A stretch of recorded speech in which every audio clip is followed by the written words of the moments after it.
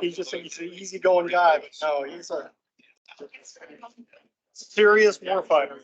Are you on the National Council? Okay. Yeah. Tom Calendar, Okay. Vine's the executive director. Oh, okay. Ready.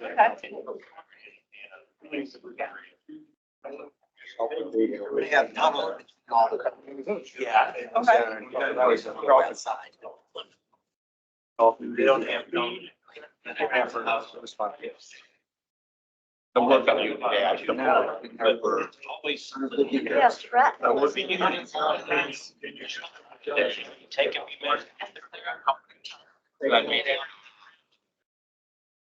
Give you permission. I was there when the threat that is. Orange red. Michelle Obama.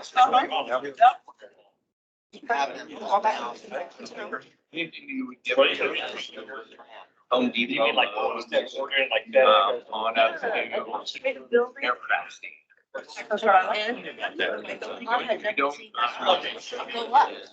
That's the original building, so Especially now that they got the fence.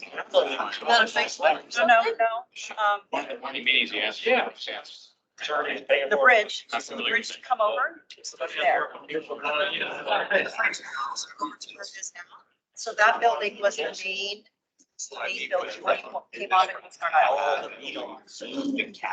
So over the years, the moved over to where it is, so nobody knows that that was, that's why it's so pretty and white and the original building there. Really? Yes. Wow, is that where the infrastructure money went? No, they're building, they're planning to build a CDC in the back now. I believe that's the plan. And those back buildings that are new over by the tennis courts, those are newer. Way at the, You know about all the way. That looked like, Which is like a portable. No, not at all. We have a middle. Shiny new. It's, because when the coast, the tennis courts are right behind it. Okay. That was fairly new. Oh, So okay. originally, when they were gonna have the cutters, not just be on one shift, they were gonna try to rotate. Yeah, something. The crew, but they never got that underway, so now it's.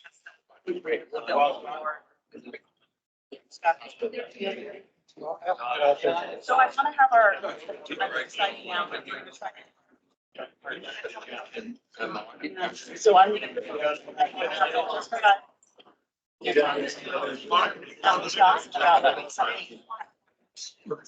So now that I finally figured out, I thought it had to be the hospital convention. So I didn't know that until being on these calls. Most of the time we'll see them from the end of January till middle of April. Because everybody wants to do it, because they're thinking, I want to do it at the beginning of the year. If they were to do it at a later date. Oh, my goodness. Then You got a lot of movement. Because what happens, you stack them up.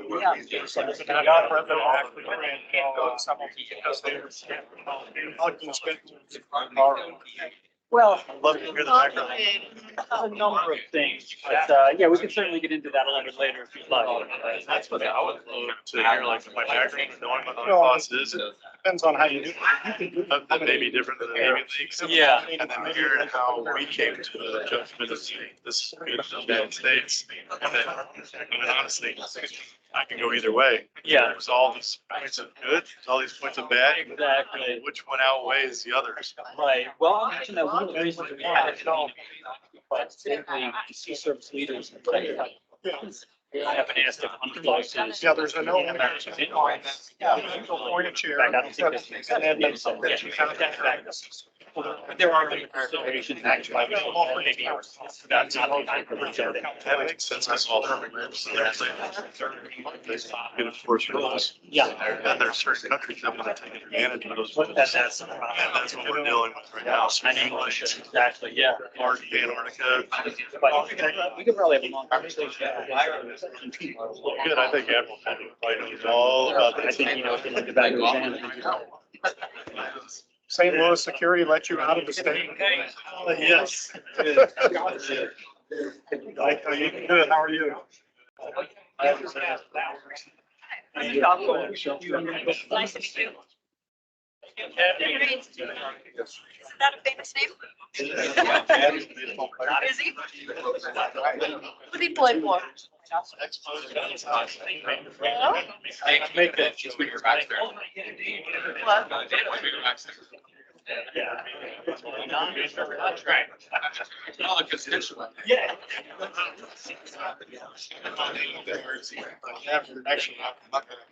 Oh, it is?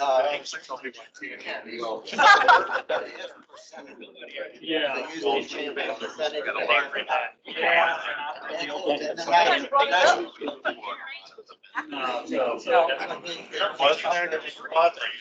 So what's the off? You know. And the other thing was, Well, you know what? so you're gonna take the plus.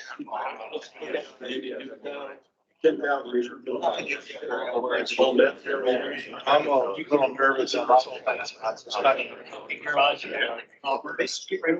That's okay. Just post it, you know. I was totally nervous my first.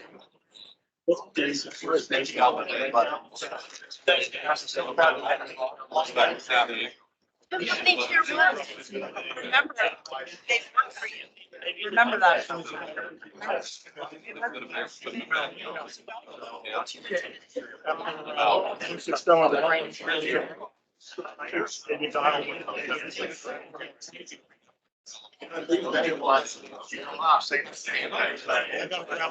was I saying? My strength is with me. How many, what? Just people? I don't even. That's what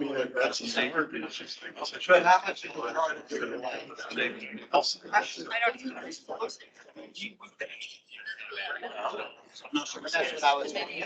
See how. No, but see, that's. It's got nothing but just trees. Me, or the team, I'm the trees, you want to say, going right. I said, look, so we're not $100. Oh, no, it's actually, yeah, that's not much. So your tier twos.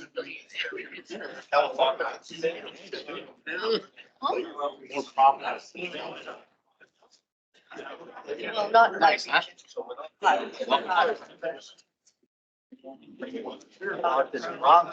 There might be.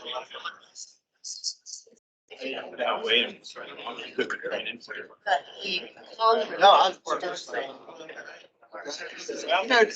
Anything related. SAS.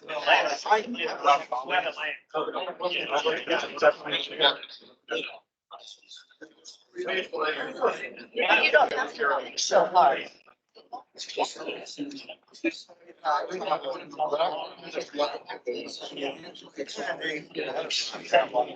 Big. Yeah. That's the couple time. And, the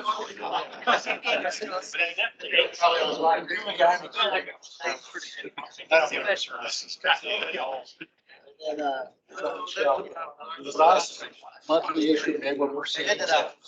I thought, I was thinking that they did. Holiday in the schools.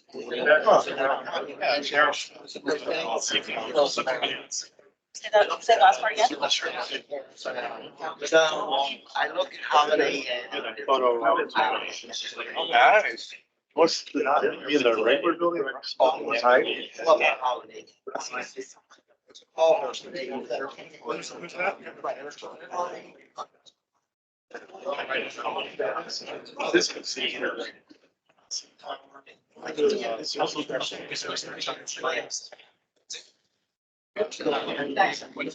So Luke's got his house in Wow. I see. with visits to the different offices. So if you have something that's like a one-off like that, let Luke know. Because he's probably got you assigned I thought what to go to different offices now.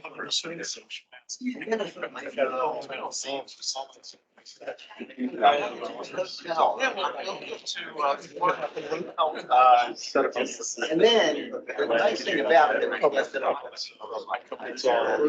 Yeah, I'm not sure. Right. Being able to join my team. Oh, really? My car wash. Oh, exactly. You wanna go like- Gee, Was the whole- well, Yeah, I think they got me chaperoning the national president. Jim, you're going, Johnny was- Jim, you're gonna be the person. Oh,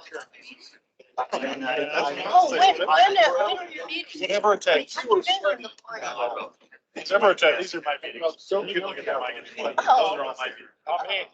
Like Goldman and Dr. Oh my God, you're all over.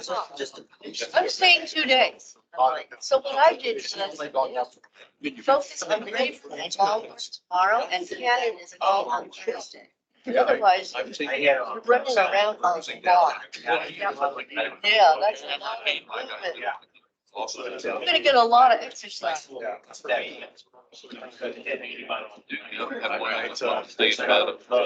don't know, I would maybe make a joke for me. Honestly, rocking all over. Yeah. Never been there. I think it gets my defense. Which goes. What'd you do then? That's why they're. It's gonna start loading up. They'd be free to join you. Somebody to join you. If I'm. I was gonna do drop-ins.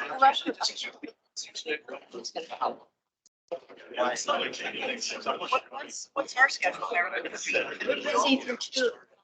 We start really there. 2 at 6 2. Scott 3. What building? 3 is Longford.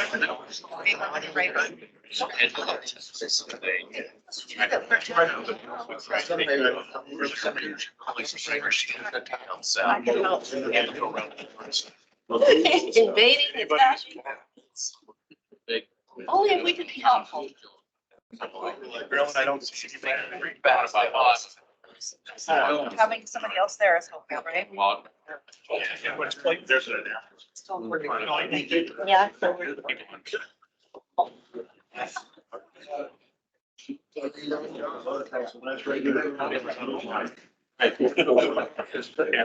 Finish our meeting.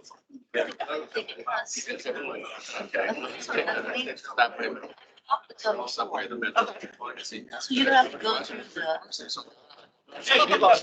Don't want it anyway.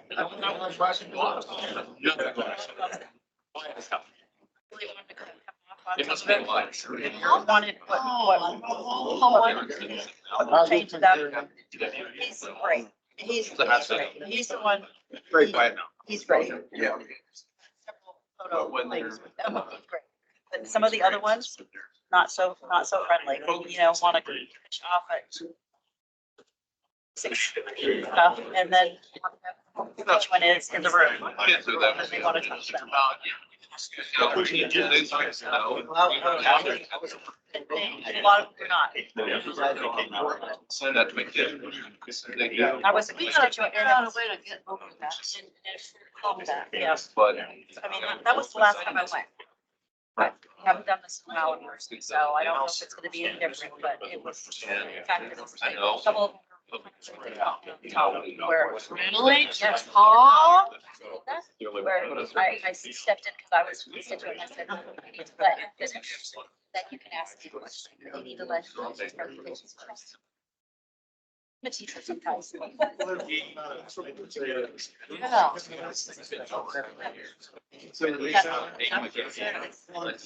The only person we actually.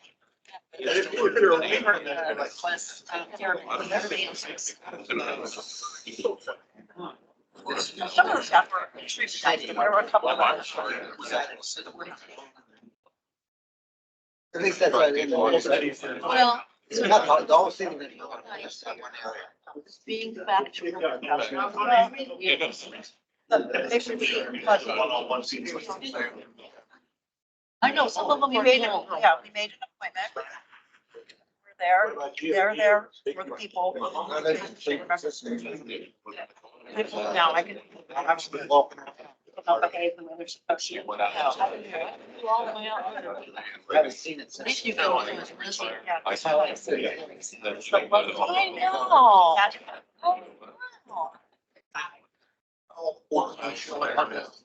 And it wasn't over right. Downtown's great. So we go to the manager's office. We're heading on this.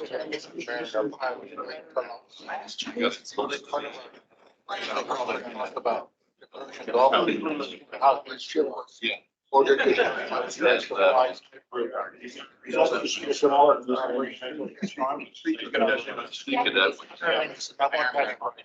A lot of magnifying glasses. I went to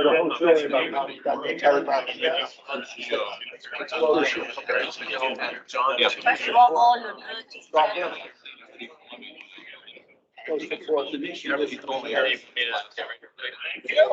Hang on, let's give him a second next to you. You know, we've got dinner. Anybody want to get rose for them? Those doors. Why not? Right there. That's it. Make sure you get your crack in there. Hi, John.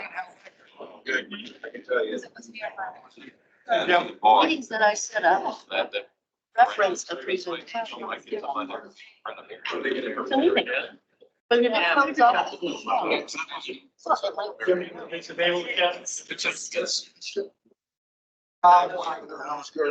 Like Brian's part next, because Presentation that you do is much. Nice. And trust me, it's really so. I'm gonna go. Purposely done that way. So you don't have a lot of time. We're in there. Oh, I was. Wow. Folks, good. Is this open? Absolutely. Thank you very much. Well, there's no. Nobody shut up the doors. You're the first one that shut up.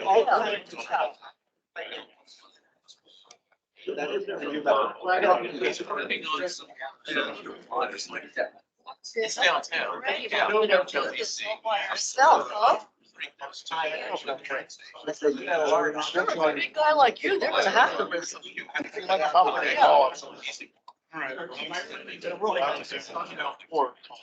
And then you're gonna have to talk to me afterwards. So this is- They should have a different, at some point. Either I'm gonna have an excited attitude, or I'm gonna be having a defeated. So we'll see what happens. But I think the guys I'm talking to. And I've already connected with everybody. That you're coming. Oh, see, that's great. So some know me other way. Friends and kind of. Oh, that's. Rubbery teeth, rubbery on teeth. I think that's what you do.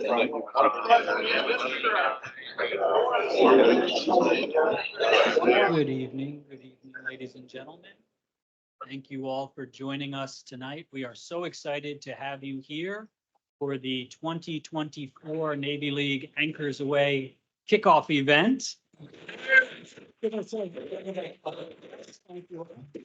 Our CEO, Mike Stevens, is going to make some opening remarks, but first, we would like to start things off by recognizing two truly exemplary members of our legislative affairs team, Marilyn Wong and Al Wagner. If you would please come to the front of the room.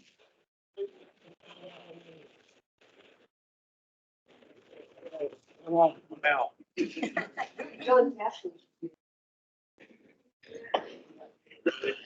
I still have a lot of assignments for John. We're going to see if he does those first. Then he gets the. We can start with Marilyn.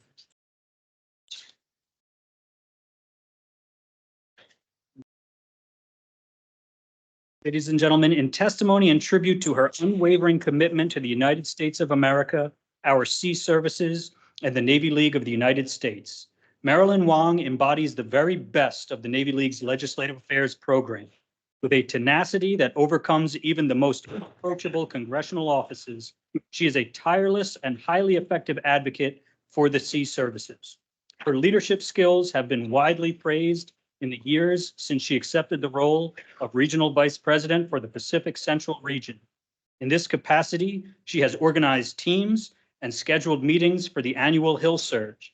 She has coordinated and facilitated a maritime symposium in Northern California, and she always ensures that any urgent requests from the Navy League headquarters are disseminated to councils throughout her region.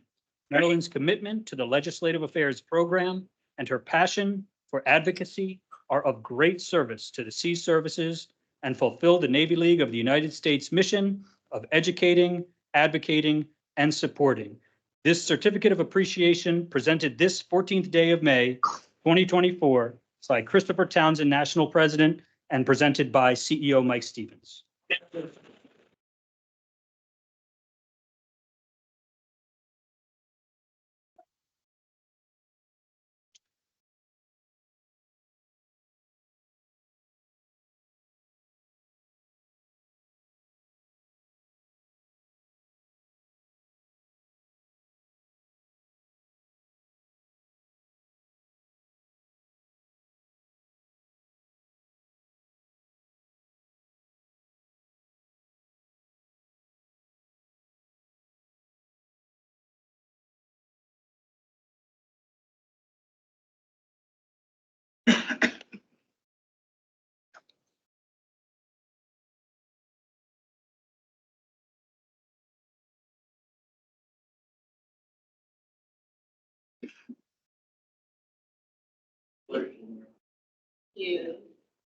Ladies and gentlemen, in testimony and tribute to his unwavering commitment to the United States of America, our sea services, and the Navy League of the United States, Al Wagner is an invaluable addition to the Navy League Legislative Affairs program.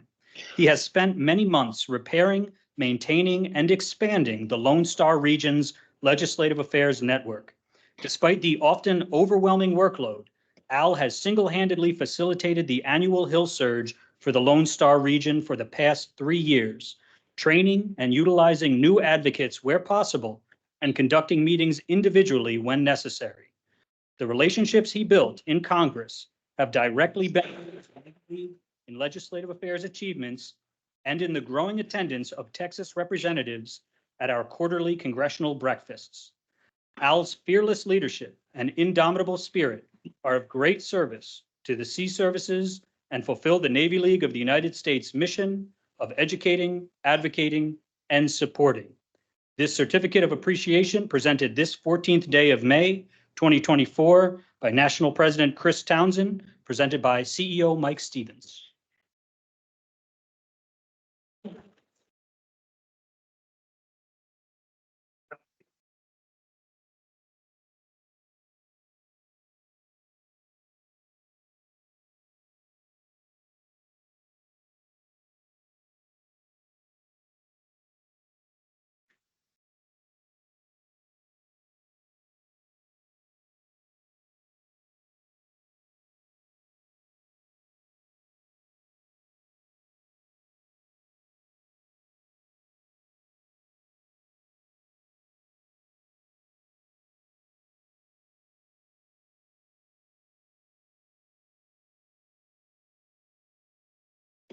You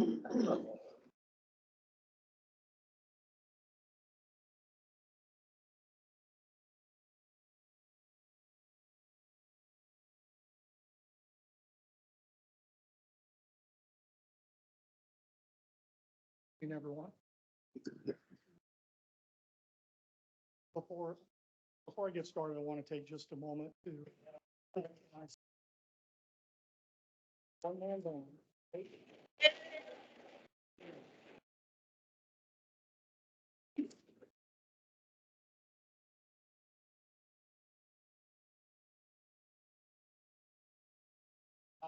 Convince me.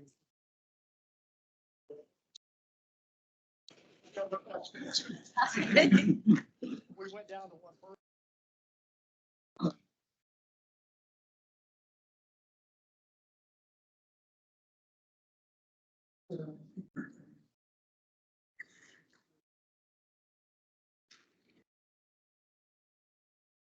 Regular stuff.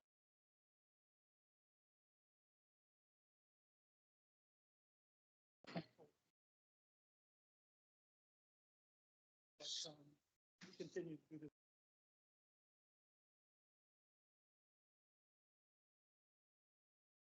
Watch them do it. Yeah, I'm sorry.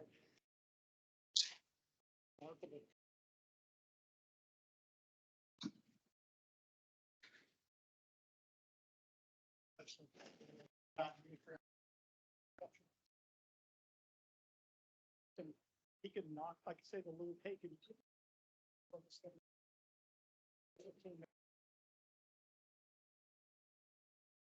And it does that. Also, most important, even treating people with dignity.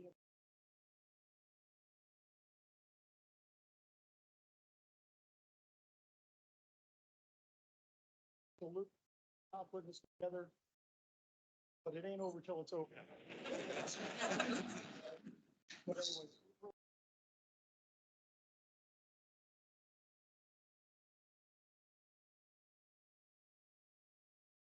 All right. For members of the Navy League, it isn't for participating. It's unfortunate that our national president, Townsend, Delta Airlines, ending this exception. I know better than most how much he wanted to be. News here tomorrow. He's tracking his flight on a flight aware. He just landed. And he uses the WhatsApp app, so we don't have communicating back. So he just got there and he's got to catch a flight, trying to get into the seat. So he'll get here tonight. He told me that I owe him a 5:30. With pleasure. But Townie did ask me to share a couple.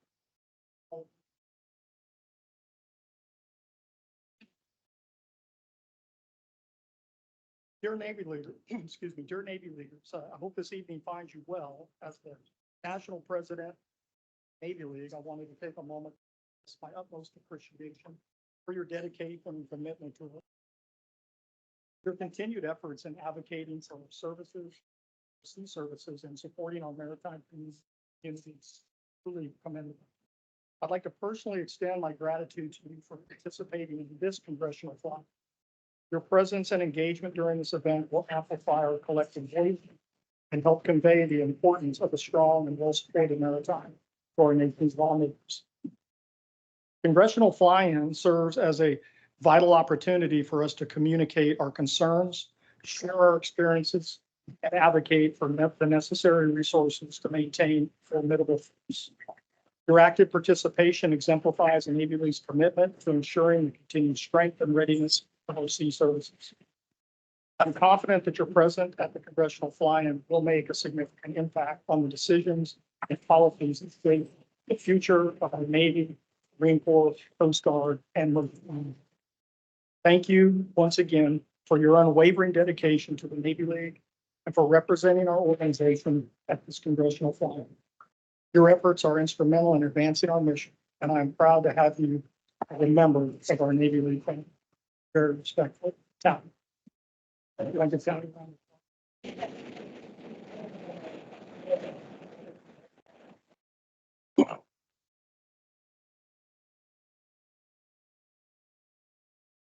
course, I agree with everything our national president just shared with us. Your dedication to supporting the sea services and advocating for their needs. As a member of the Navy League, you play a fostering a strong and effective partnership with sea services and our nation's leaders. During this fly-in, we have a unique opportunity to engage with our elected officials and share our perspectives on the issues that affect our forces and maritime security. Your presence here demonstrates our commitment to ensuring that sea services capabilities and readiness are upheld and that our families, our Marines, Coast Guardsmen, and Merchant Marines have the necessary resources they need to succeed in their missions.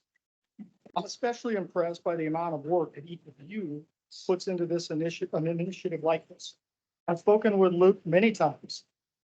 I've spoken to him about it, and he has told me of multiple training sessions, the review of materials and policy papers, the scheduling with congressional offices, challenging, so much more. It's quite amazing to see such a group of citizens so passionate about the issues that they are willing to give so much of themselves to this very cause.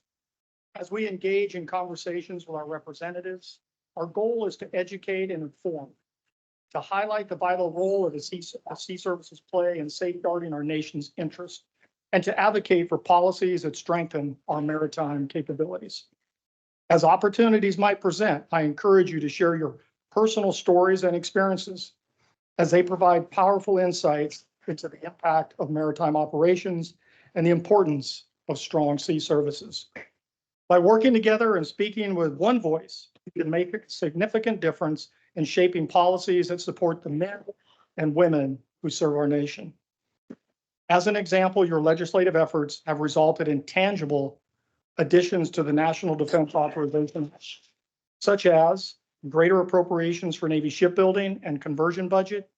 Your rapid response email campaigns have resulted in the defeat of numerous legislative efforts to undermine the Jones Act and to harm our flag fleet. In closing, thank you for your comments to the Navy, for your commitment to the Navy League and for being advocates for our maritime forces. I wish you all productive meetings and meaningful discussions during this congressional fly-in. Together, we can ensure a strong and secure future for our sea services and for our nation. Thank you.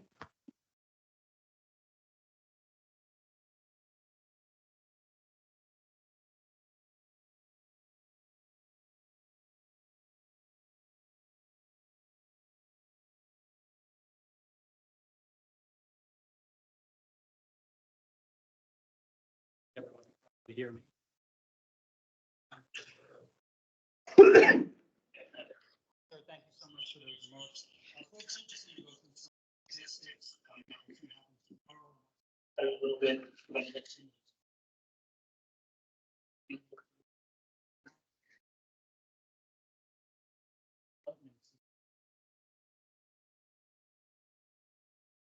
Tomorrow's meetings. But first I want to mention a young man who couldn't join us tonight, unfortunately. Our region vice president for the southern region just took over this role. A really fantastic young man named Turner Mitchell. We've been communicating for the past several weeks, and I know some of the folks on the southern region team have become familiar with Turner.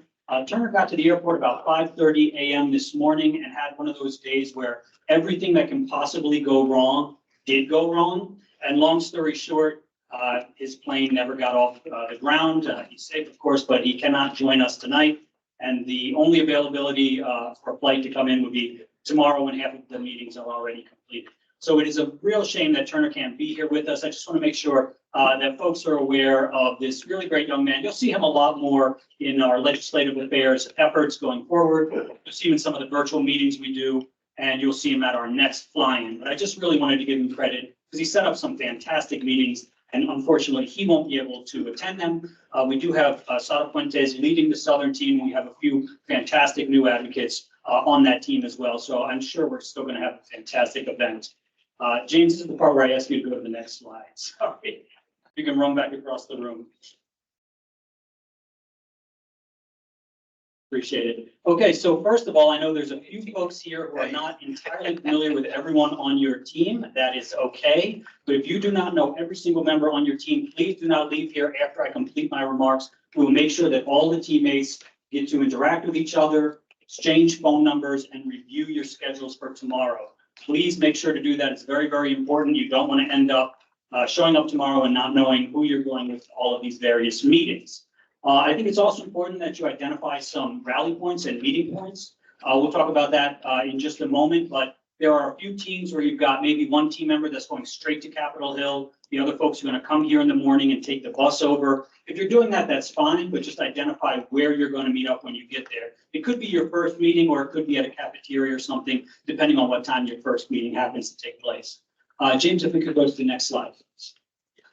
Okay, let me tell you a little bit about what's in your packets. Each team has a packet. There's 2 items for leave behinds. Bear in mind that the real presentation, we would like you to email ahead of time. We didn't want to give you guys stacks and stacks of papers like phone books. So the presentation, please send it ahead of time, because again, the staffers are going to have it on their computer or on their phones or things like that. We wanted that to be sent ahead of time. What you're going to actually give these folks when you go in there tomorrow are these slide decks with note pages. You'll see them on the left-hand side of your folders. This is so that they can take notes if they want to. They can follow along with the presentation. The member will likely be right in front of you. So you're going to be showing that member the pages that you have in the larger presentation. But for the staff members or whoever else, you have these note slides so they can follow along as well in case they're not sitting right in front of you. The other thing you have are reception invitations for the reception that we have at 5 p.m. You've only got about 5 of them because we actually don't have a gigantic room. And I want you to understand that the reception is for you guys. You're going to have a long day. You're going to be very tired at the end of the day. I want you to have a seat, have some food, have something nice to drink. So don't invite every hungry staffer you come across, just the select few if you have a really good meeting. Otherwise, don't invite. But those are the lead lines. The materials you have on the right are for your team that you're going to be using throughout the day. So you have 2 of those presentations. One is just a backup in case something happens to the first. When you're sitting across from your member, that's what you're going to be going through. So they can see those nice full-page slides. Again, the note slides are the ones for their staff. You're going to have the issue briefs. Now, those are really for your edification. As I mentioned in a previous email, one way that you should follow up after these meetings is you send a thank you email with those issue briefs attached. Each one is a nice 1-pager, so you can say, here are some things to remind you of everything that we discussed. If you want to go back and get some more information, send those issue briefs. So those are not meant to be left at every office. Those are for you if you want to read through them. They have a lot of the information that was in the notes section on the slides. So if you're looking for that information, that's in those issue briefs.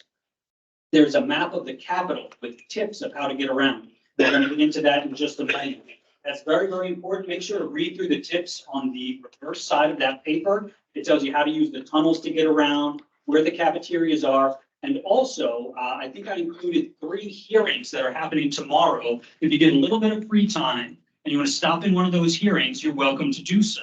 The room numbers are there and the subject matter that's related to Navy League interests. If you get a chance, definitely go by and stop in there. Maybe it'll be on C-SPAN and become a celebrity. And then the region MOC list is in there. Another thing you can do if you have free time is you can stop by some of the other offices that you weren't able to schedule an appointment with. Maybe you'll get a chance to meet with a member of Congress, or maybe you'll meet with their legislative aide that oversees their defense portfolio, maybe their military legislative aide, somebody like that. But I know we have at least one team, Southern Region team, and Cage, you're going to be stopping by Congressman Cohen's office. So stuff like that is a great thing to do if you've got about an hour free time in between your meetings. And the last thing is your schedule, as I am tracking it. I try to follow everyone as closely as possible. I know each team is tracking their schedule. I try to track it as well, so I printed out what I am following. Maryland, you're the only exception, because when you got to like 75 meetings, I lost count. So I don't know. I have no idea what you're doing tomorrow. I just know you're going to a lot of ones. I'm staying an extra day. And that's fantastic. Thank you. But yeah, so everyone else, you should have your schedules as well.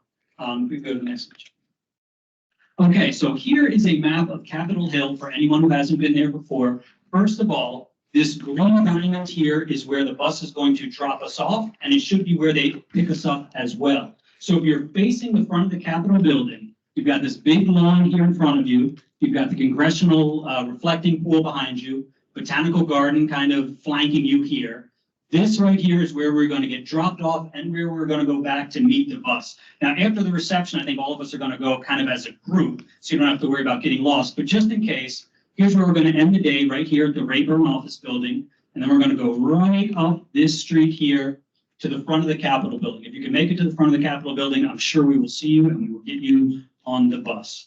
When we get dropped off, 7:30 in the morning, you should probably start heading towards whichever building has your first meeting. If you're going to the House side, Rayburn, Longworth, Cannon, You're gonna go right to the south. By the way, the Capitol building is set up so it's perfectly north, east, south, and west. So you can use directions if you want to sound like, I don't know, an explorer.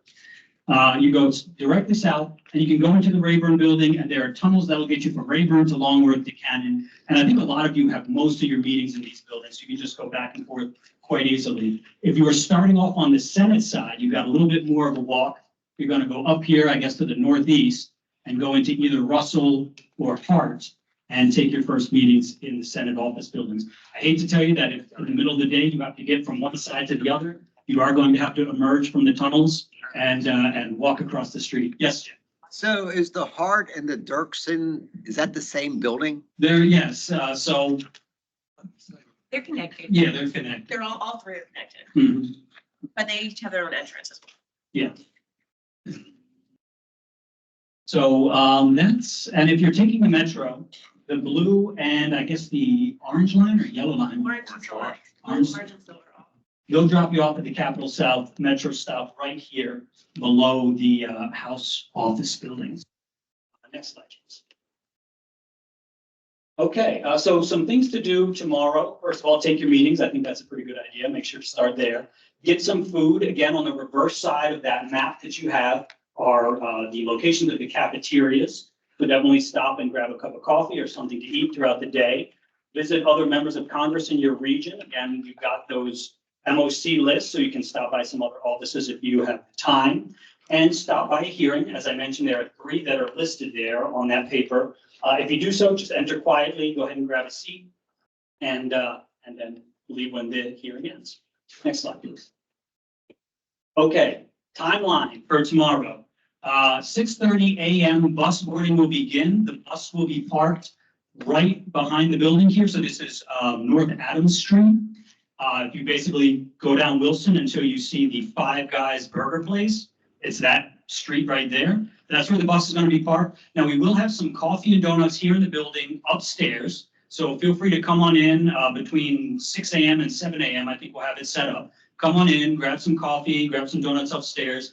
Please dispose of any trash before leaving. We're not going to take it on the bus and take it to the Capitol. So enjoy your coffee here. By 7 a.m., the bus is leaving. Just so everyone knows, I've gotten emails back and forth. I might take the bus, I might not. I don't have a total head count. So we are leaving at 7 a.m. So please make sure you're on the bus at 7 a.m. And then we're heading off. If you miss the bus, again, you can take the metro. It's not difficult to take an Uber or a taxi cab to get to the Capitol. Just find the best way for you to get up there. At 7 a.m., the bus leaves over here. 7:30 approximately will be dropped off again at Peace Circle, which I showed you. And at that point, everyone's going to kind of go their separate ways to the House offices or the Senate offices. And then from 7:30 a.m. until 5 p.m., we are taking meetings all day long. So I know all of you are already aware of that.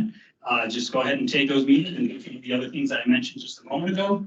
At 5 p.m., our reception begins in Rayburn 2043. Rayburn 2043. If anyone has any problems finding that room or has any issues whatsoever, please make sure and give me a call. My phone number is actually on the back of that sheet with the map.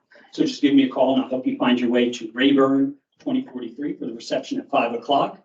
And then about 6:30 p.m., the reception ends. I know we have a few folks that are leaving before 6:30, around 5:45. We've already talked with you, so I think you know the plan for you folks. 6:30, the rest of us are going to be leaving. Anyone that's getting on the bus will head back to Peace Circle, hop on the bus. About 7:15, the bus is going to leave and drop us off back here at 7:45. Any questions on the timeline? Okay, just want to make sure. And again, tomorrow morning, 6 a.m., 6:30, if you get here, I'm going to be here. A whole bunch of us will be here. Any questions, just let us know. And then we're all going to take the bus over together. So we'll make sure nobody gets mixed up. Next slide, please. Okay, and one other thing, after you take your meetings, make sure to follow up the next day. Make sure to follow up the next day by sending a thank you email. As I mentioned, attach those issue briefs because again, we didn't want to leave them behind at every office. Thank you so much. And include a picture from the meeting. Make sure to take a picture at the end of the meeting because that's a great thing to have for your council. That's a great thing to have for us. so we can share it on social media. That's a great thing to have for the member. I mean, they like having pictures of meetings with their constituents. So before you leave, make sure you snap a photo of you with the member, shaking hands, whatever the case may be, at the end of your meeting. And then, yeah, share your experience with your council, because we're hoping to have even more folks participate next year. Next slide, please, James. All right, now, as I mentioned, I want to get into the presentation. What I want to focus on some of the developments that have cropped up just over the last week in regards to our legislative affairs asks. I know that a lot of folks are excited on this presentation. You're already familiar with everything that we have put into the presentation. So let's go ahead and just go to this. That was try number 3. After that, we give up. Okay. All right. So again, just going through the slides quickly. The agenda slide is kind of important. You want to make sure that the member of Congress knows that you're not going to ramble there for 2 hours. Just let them know this, and we want to tell you what the Navy League does, who we are, the top needs of the sea services, Navy, Marine Corps, Coast Guard, and Merchant Marine, and then also some opportunities that we can assist your office and ways that you can work with us. Next slide, please. This slide, as I always mention, a lot of great information here, but chances are you did not join the Navy League because Teddy Roosevelt helped found it in 1902. That's great information to know, but you want to tell the member of Congress your story. And this is my favorite slide to do that. Why does this matter to you? Why did you fly all the way down here or travel here or drive? Jimmy, you drove all the way to Michigan. I have no idea. That's a lot of driving. So what made you do that? Is it because you care so much about folks that are in the sea services right now? You know, relatives. You support the Sea Cadets. Your local council does work with STEM and any of these things. Make sure to make it personal because that's what they're really going to remember. Next slide, please. And then, of course, we like to point out the importance of our maritime services, the fact that they are the tip of the spear when it comes to creating the deterrence, that forward presence that we need to push back on adversaries around the globe. This information is from just a few days ago, 74 vessels underway. And all you have to do is turn on the news to see where they are, transiting the Taiwan Strait, shooting down drones in the Red Sea. I mean, you can see that our maritime forces are in the thick of the fight already. You can already see that. So we just want to make it abundantly clear that when it comes to great power competition or even pushing back on these extremist organizations like the Houthis, who's going to do it? It's going to be our maritime forces. Next slide, please, James. And now we'll get into some of those updates. One more, Jamie. Okay, fantastic. So, as some of you are aware, the language of the House Armed Services Committee National Defense Authorization Act draft has already been released. As many of us suspected, they were not going to allow a second Virginia-class submarine to disappear. So it looks like they will include the funding for 2 Virginia-class submarines in this upcoming NDAA. That was one of the things we're going to push for. A couple of things I want to mention very quickly. Number one, for those of you that assisted us in getting more co-signers on Congressman Courtney's letter demanding these 2 Virginia-class subs, Courtney reached out to me personally to say that Navy League should take some credit for this. He actually told us, put in your social media, you guys help bring in more co-signers for that letter. So this is actually a victory that we're going to chalk up to our work. This is one of the things that we got involved in and that we really made a difference on. So that 2nd Virginia-class submarine. Now, why is it still in our legislative asks if this is something that's being procured? Well, number one, it hasn't gone through appropriations yet. So remember, this is not set in stone. We still have a long way to go before this is actually enacted into law. Number two, we are talking about that demand signal 2 per year for making sure that our allies and our enemies understand that we are serious about this. Let's not send another shock to industry or to the Australians or to our other allies by dropping that 2 per year down to 1 per year. Let's make sure that we keep that demand signal steady going forward.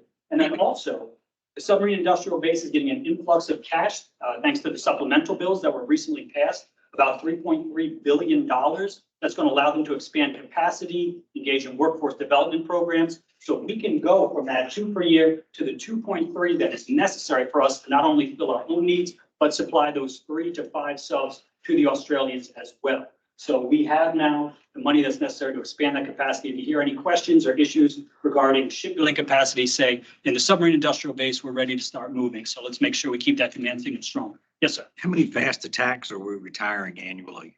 So that's in this year decommissioning. I think we have about 3 or 4. And that's actually another question you might get asked about decommissioning.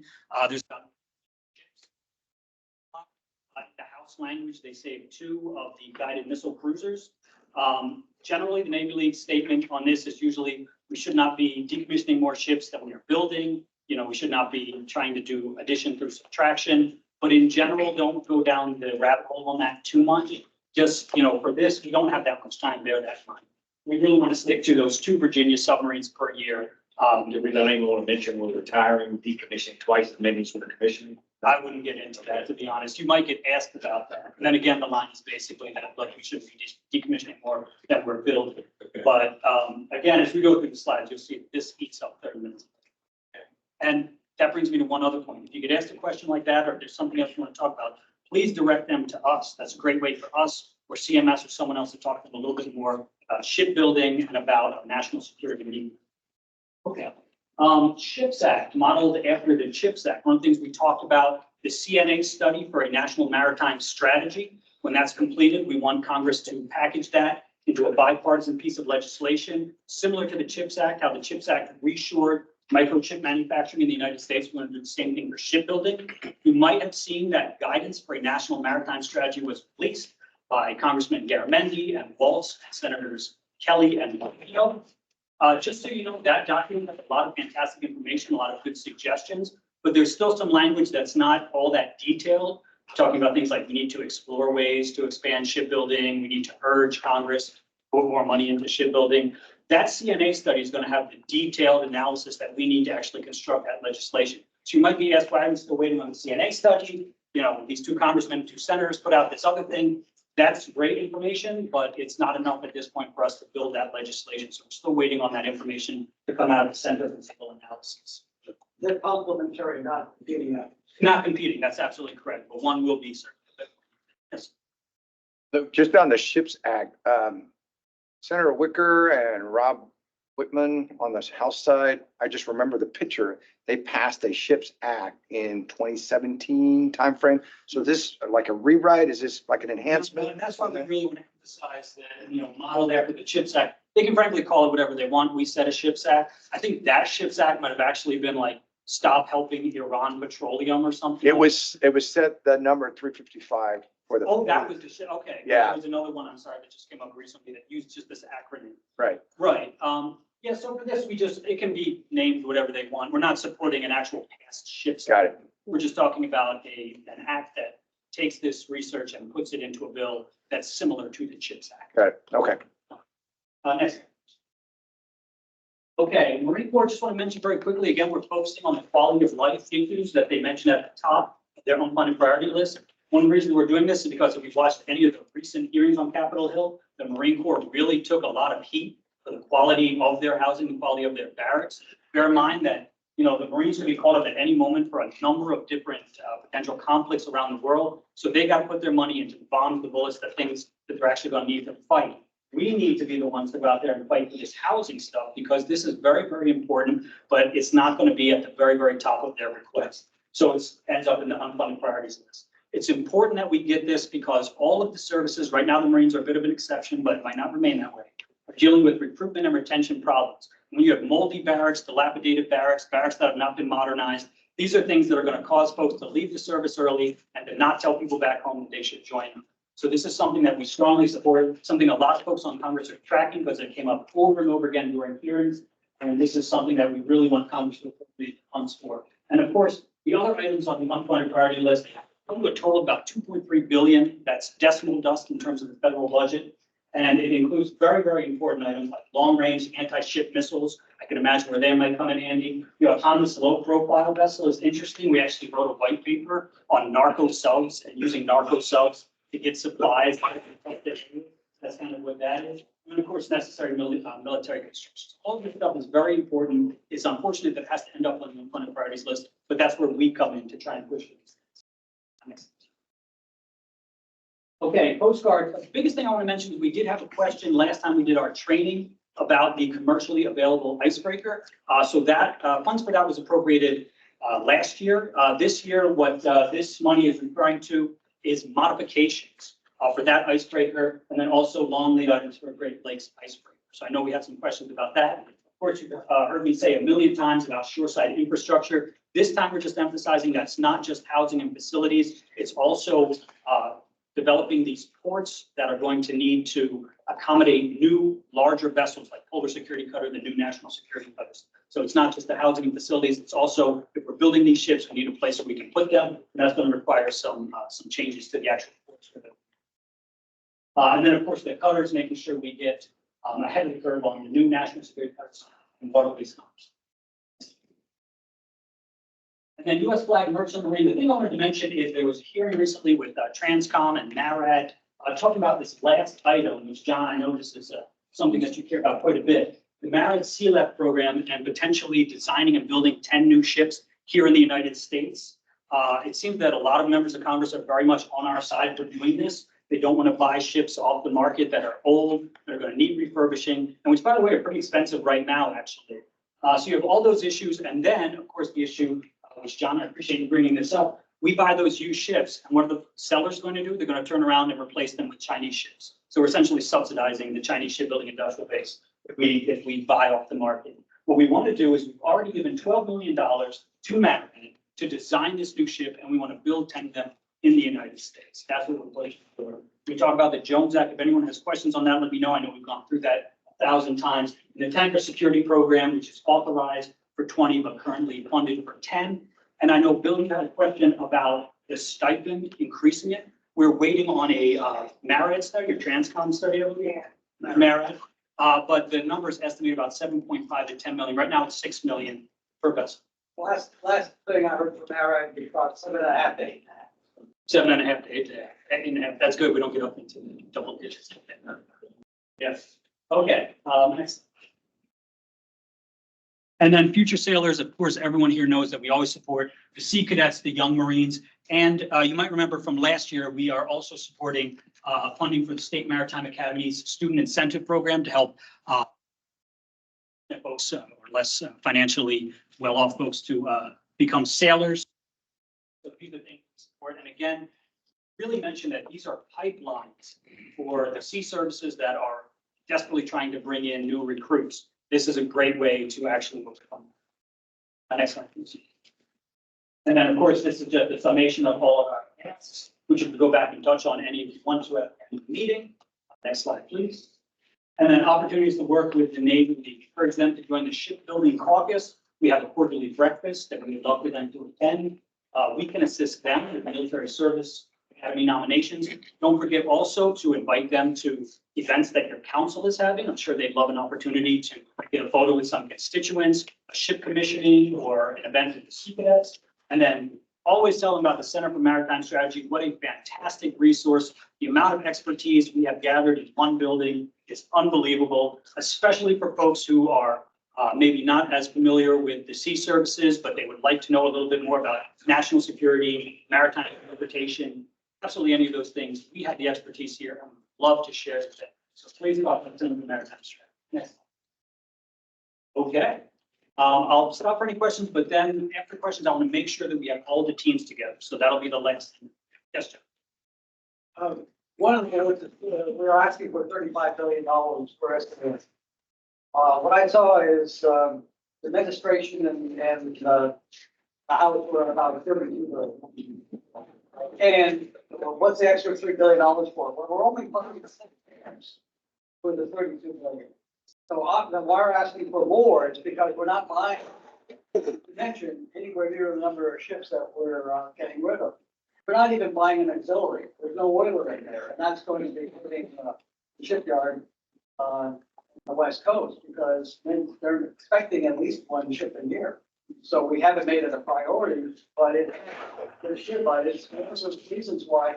A few years ago, we were asking for $30 billion. A few years back, it was $25 billion. What happened is through COVID and the inflation, the industrial base, our general inflation has been about $50 billion. But the industrial base inflation is more than 20%. So that's why you need these major increases in shipbuilding because there's a labor shortage. One of the things that we haven't highlighted here, which is one of the areas which you may hear from the members because it's concerned to them. Not only are the services having difficulty recruiting, the shipyards are having difficulty. The maritime industry, even the merchant marine, is having difficulty recruiting people. And that means you're going to have to jack up the prices of everything that is supported by them in order to attract the labor. So there are good reasons why things are a lot more expensive. and the disruption into the supply chains delayed a lot of the production of the ships and that increased cost. So there are really good reasons for it. And that's one of the reasons why we're trying to get the steady growth of, and a certain amount of, for every class of ships. So the industrial base can see that this is coming and they'll make the investments in order to modernize. They're gonna have to do a lot more replacement of people with robots because that's the way you're going to be able to get the cost down. Because that are really not interested in working in the types of conditions that people used to go up to and accept. So we have to change, and it's going to be costly.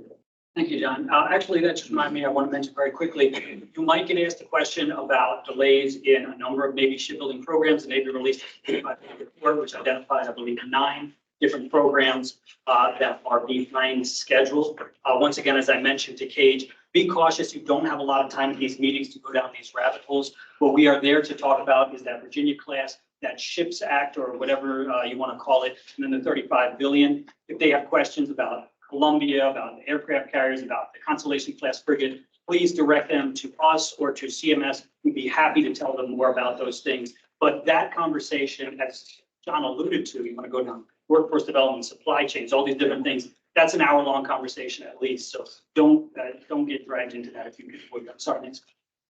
So I was gonna to tag on to you. That's not a hour-long conversation. It's a 40. So when my experience in going through the slide deck, you have basically 20 seconds and you have to nail that point, okay? And you don't have time. You really have no time whatsoever to actually go in down any rabbit hole. Just stick with the points that are highlighted in the slides. I mean, they've been analyzed for months by the Legislative Affairs Committee, and that's all you got to say. We've analyzed these for months. So the go through it really quick, and then one of the things I emphasized, and I'm really looking for some feedback on this from other people, is that the relationship building. Okay, it's figuring out who's who in the woods. Okay, who are the points of contact? Because reality is, I'm going to figure out who are the decision makers, and then I got to point them back to you for the Legislative Affairs.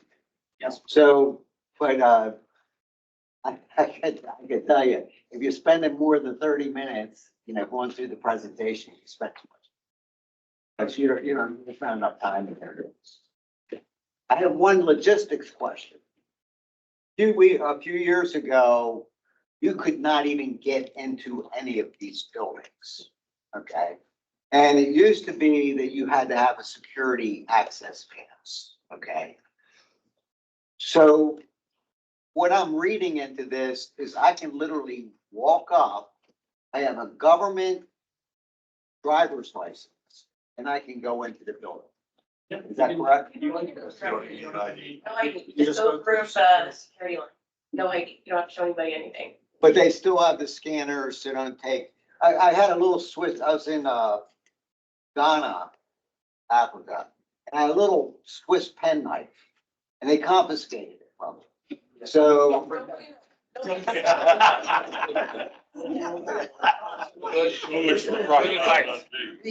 We haven't allocated bail money yet.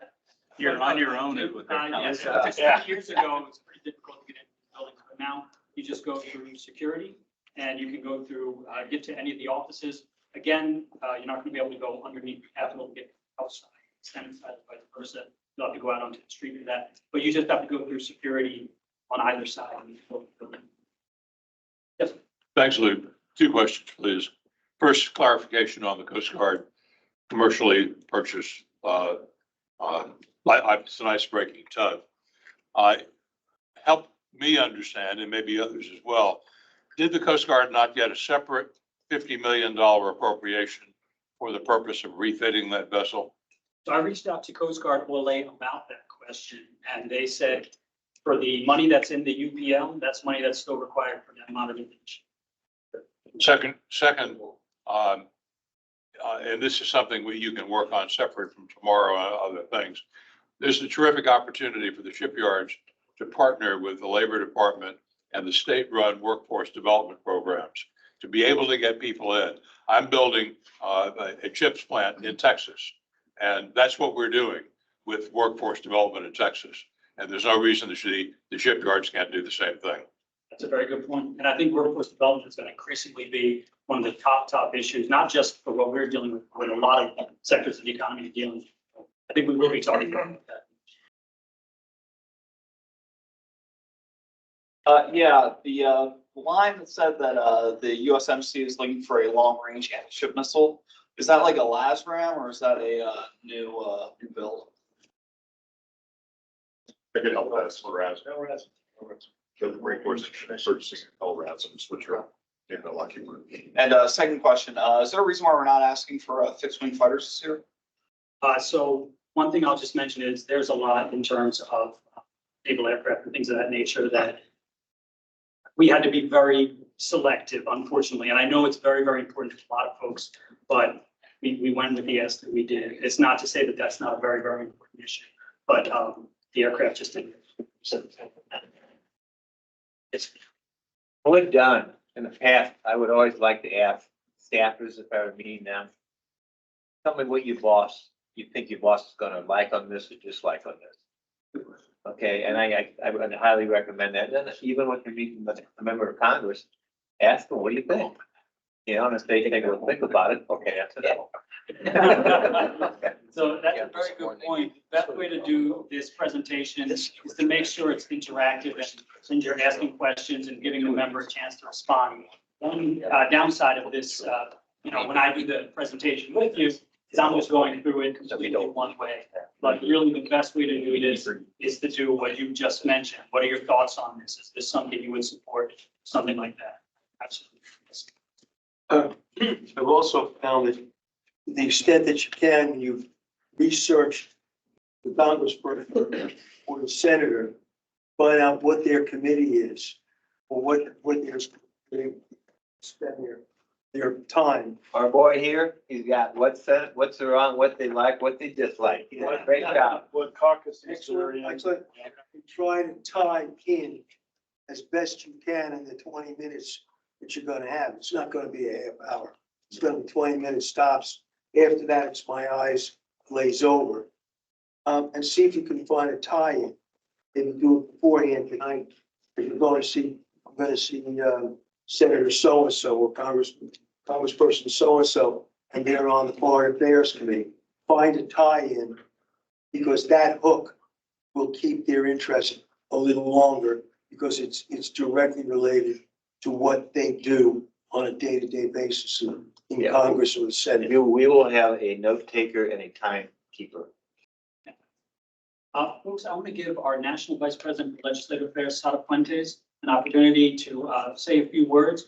I'll be around for questions. Just one quick question. Yeah. Is there any reporting mechanism or anything after the meetings? The member of Congress log on quorum. I know if you folks had an issue with that before, I got it with my incredible tech ability.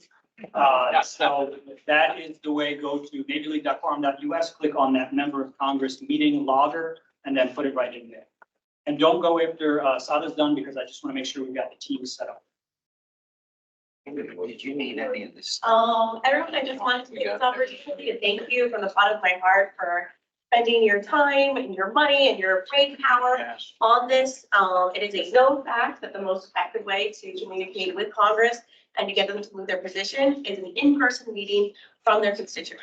So know that by being here and by going to these meetings tomorrow, you are doing the most effective action you can on behalf of the sea services and the people who serve our great nation. It's going to be a lot of fun. It's always a lot of fun to kind of walk around and really meet these members and these staffers who are so passionate and so committed to create a great country. And they're going to enjoy meeting you too. They really like to hear from their constituents. They like to hear what matters to people, and knowing that it's coming from volunteers goes so much further. So you guys are being great champions in fulfilling the Navy League mission tomorrow. And I just want to say thank you so much. And I'm excited to be out there with you all again tomorrow. And I'm glad I do not have Luke's job anymore. So thank you. for all of your help and thank all of you for all of your hard work and all the work you're gonna do and all the hours and steps you're gonna get in tomorrow. Really appreciate it. And I'm excited to get out there with you tomorrow. Thanks, guys.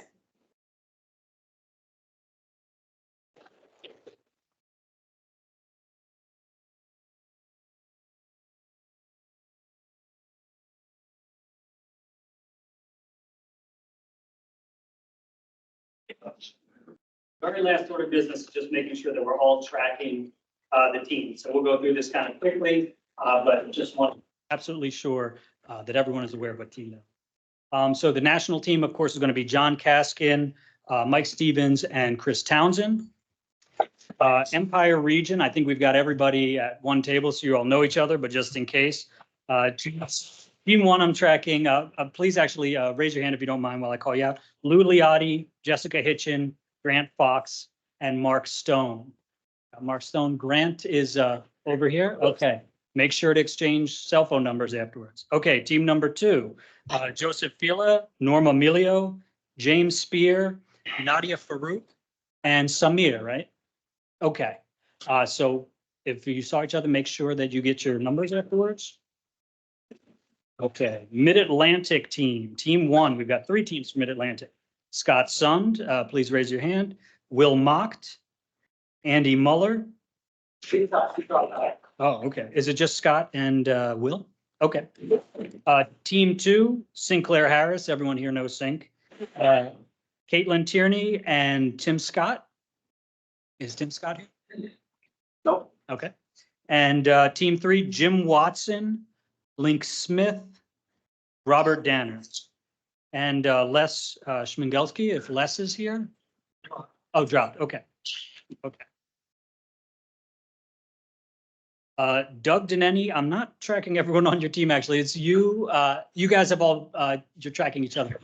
Okay, great. And thanks again to our Florida guests for joining us. Much appreciated. Okay. Great Lakes, this is easy. Tim Flatley and Dave Kaltenberg. I know you know each other. And then Jim Semerad. Okay.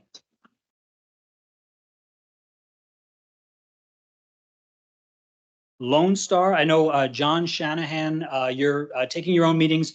And then Al, I apologize, who else is on your team? Jared, that's fine. Jared, and Jared's there. Okay, fantastic. Okay, Midwest, I've got Tim Raines. I know Tim, you're taking your own meetings. Okay. Northwest team, I think everybody knows each other there. We've got Scott McGuire, Steve Easterday, Gary Battles. If you're wondering who brought in the rain, you can look right over there at these. Hey, we've got umbrellas though. On a serious note, please, folks, if anyone needs an umbrella, let me know. It'll be a rainy day tomorrow. Pacific Central region, we've got Marilyn Wong, Bill Stevens, Michelle Langford. Am I missing anybody else? Okay. All right, South Atlantic Coast. I've got 2 teams, and I'm sorry, Don, maybe you can help me out with that. I don't have it on this sheet right here. I've got one team. We've got actual spins right here, the other one, and we'll share in time with both of us. We're doing some all together. Both senators and 2 of us, and the rest we're dividing up. But we'll be actually I'll take some alone. We got all 16 to look at. Between, okay. Drink a lot of. Okay, and then the last one I have is Southern Region. Again, unfortunately, Turner couldn't join us, but we have Cage Carruthers, Charles Mitchell. Is Charles Mitchell here? He was in the same. He was on this, right? Oh, geez, sorry to hear that. And Matthew Massey. Okay, does anyone have any questions about what team they are on at this point? If not, okay, fantastic. Folks, we've still got some food. Take some time, have some fun. And tomorrow morning, bright and early, 6 a.m., 6:30, I will see you here, 7 a.m., the bus leaves. If you have any other questions, I'm still here. Please come up and ask me. Just wait to the bus. So come in the front entrance here like you did.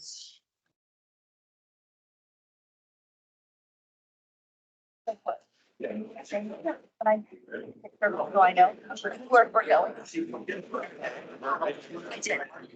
I will send it to you.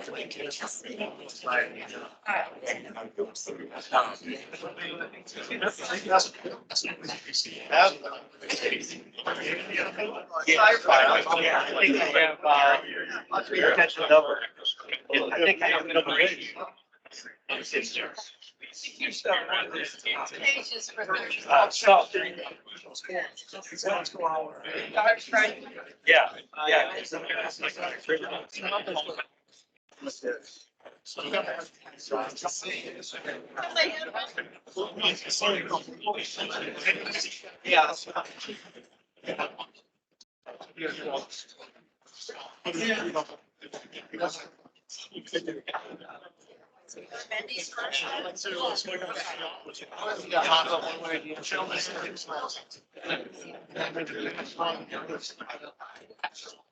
That's what I missed when I go through all the opera.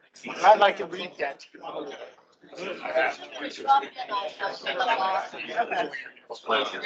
Time. I tell you what, the last time I was here, I was in shopping. All right.